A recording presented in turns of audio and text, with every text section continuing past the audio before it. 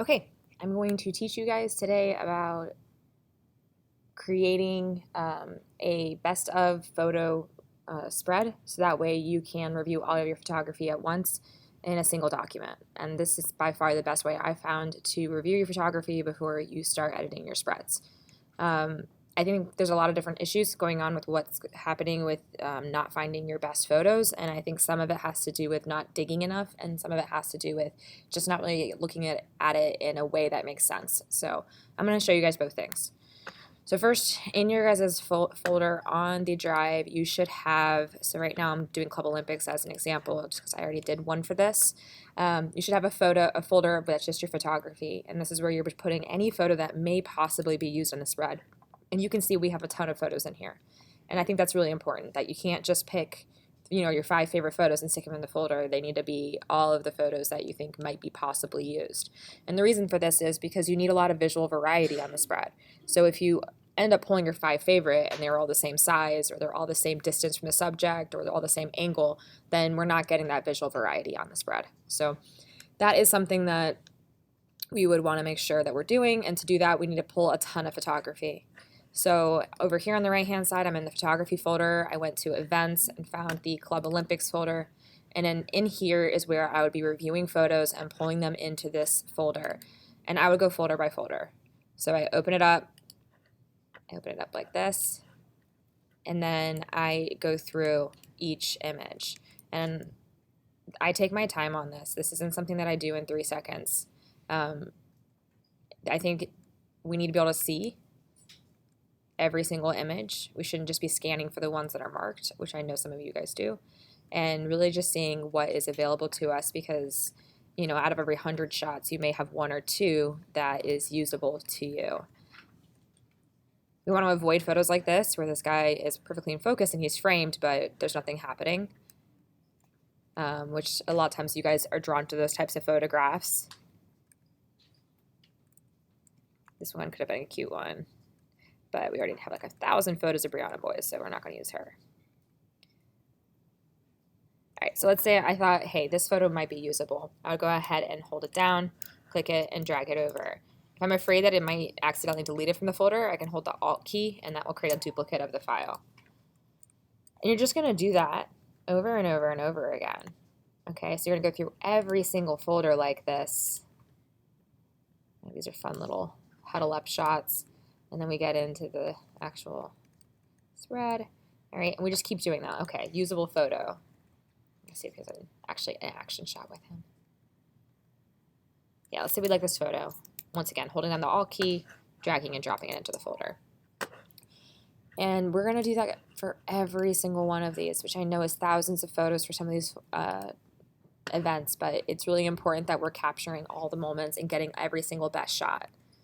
Oh, there's Brooklyn. All right, so once I went through all of these, I had this giant folder, and from there, I'm going to choose which ones I like the best. So to do that, I X out of this one, and I use this display mode, and I come in here and I think, okay, so these are mostly like just portraits. All right, well, let's say I like this photo. Then I'm going to go ahead and mark it green to tell myself I like this photo, it might be usable. So I go through, once again, even my best of folder I go back into. All right, and so we do this. I go through, get all my green ones, and then I go into InDesign. So InDesign, you can see what I did, but I'm going to show you from start to finish. So File, New Document, and we want to create a nice big document. So the width, I'm going to do at least 24 inches, and my height is going to be 9 inches. You could even, technically do 12 inches. It doesn't matter because you're not using this for print. You're using it for laying out images to see what images work best together. So once I have this big giant page here, I can start inserting photos. And so what I'm going to do is hit place. I'm going to go back and navigate to that folder that I just created, that I went through and marked green all the photography that I wanted.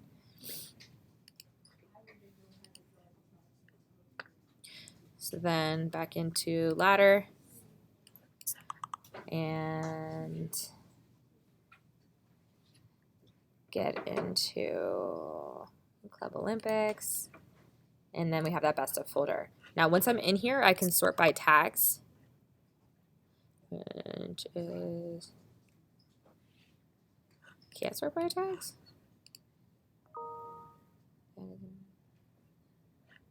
I thought I could. There we go. I don't know why I wasn't letting me in that view. So I can sort them by tag, and then I can come in and be like, okay, so the green ones are the ones that I think are good for the spread, which clearly is not the case in this one. I don't know what color system we use, actually. It's a little crazy over here. But let's just say the green ones are the ones I said are good. So typically I would select all of them. Just for the purposes of me demonstrating this and saving time, I'm only going to go ahead and select the first few. All right, so I can go ahead and select them, and then I hit open. And what I'm going to be doing now is just laying out all my images so I can see them together. So I can see who's repeated in images, so I can see what shapes of images I have. So I can come here now.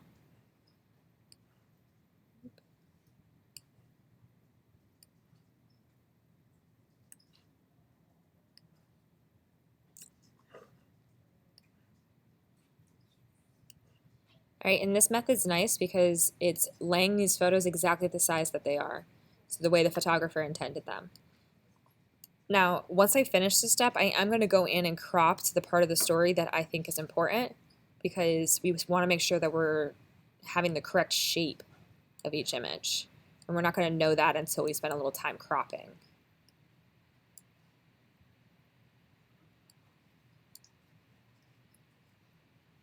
All right, so these are the ones I selected, and you can definitely see we have some duplicates.